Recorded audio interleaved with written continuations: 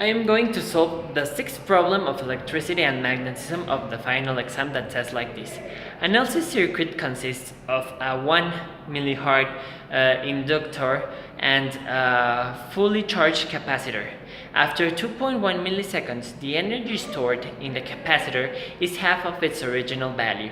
What is the capacitance? Okay, first we have to know that the frequency of the oscillation is equal to the original velocity and angular velocity, that it's equal to 1 divided by the square root of the LC. That is it's used, and we also know that for the maximum energy, we know that the potential energy is equal to the charge square of the maximal energy divided by 2 times the capacitance. Okay? Once we establish these two equations, we know that since the charge varies at the charge that is equal to the charge maximum times the cosine of the original angular velocity times our time, and we also know that it is at a specific time that it's given that it's equal to 2.1 milliseconds, we know that the energy on the capacitor is equal to the potential energy equal to 1/2 of the of the energy itself. Okay, once we establish this, we are going to work with this part here, so I'm gonna write it in here. So we know that the potential energy is equal to 1/2 of the potential, and for that we also consider this part of the equation. So the charge square of the maximum energy times our cosine square, because it's the maximum, and this multiplied by the original angular velocity times our time, as it's described in this formula in here, and this divided by the two capacitors in here. Okay, and we know that this part in here is equal to the half of the charge square of the maximum energy divided by 2 times the capacitance as in the part of the upper part. Okay, once we establish that, we know that we're going to work with this part of the formula. Okay, we know that the cosine square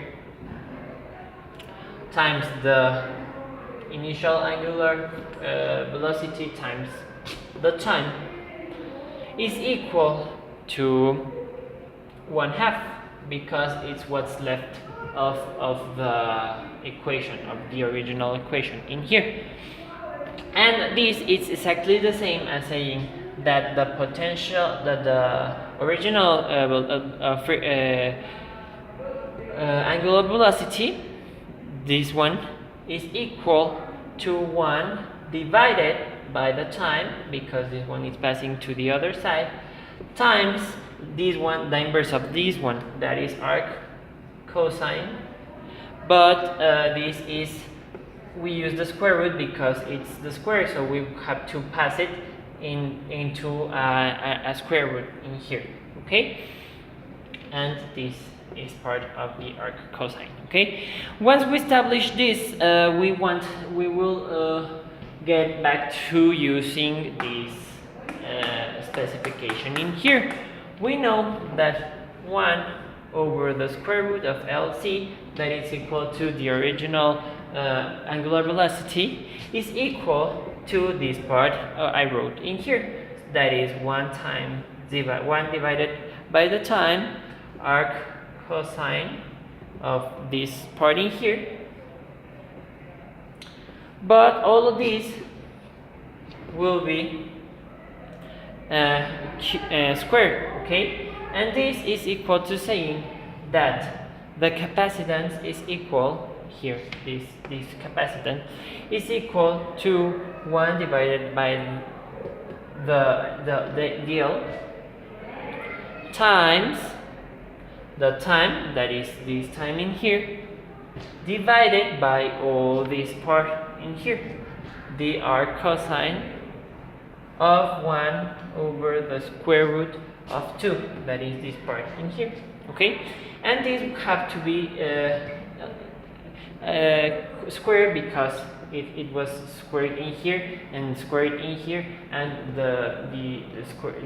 it was squared off in here in the chart, okay? Once we determine this, we only have to substitute our values, okay? So when we know the length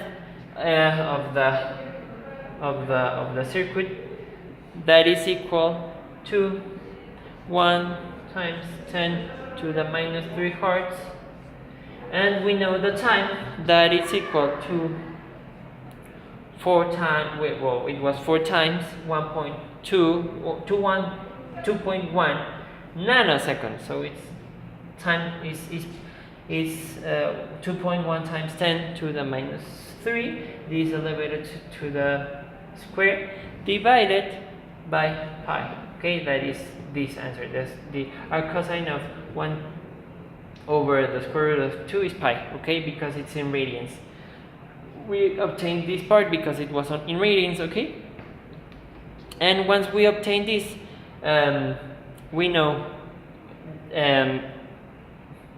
that this part was using this part. Okay, once we obtained that this is the capacitor, the capacitance, we only have to put it in the calculator, and we will obtain that the capacitance itself is equal to 7.15 microfarads. And that is the answer of this problem.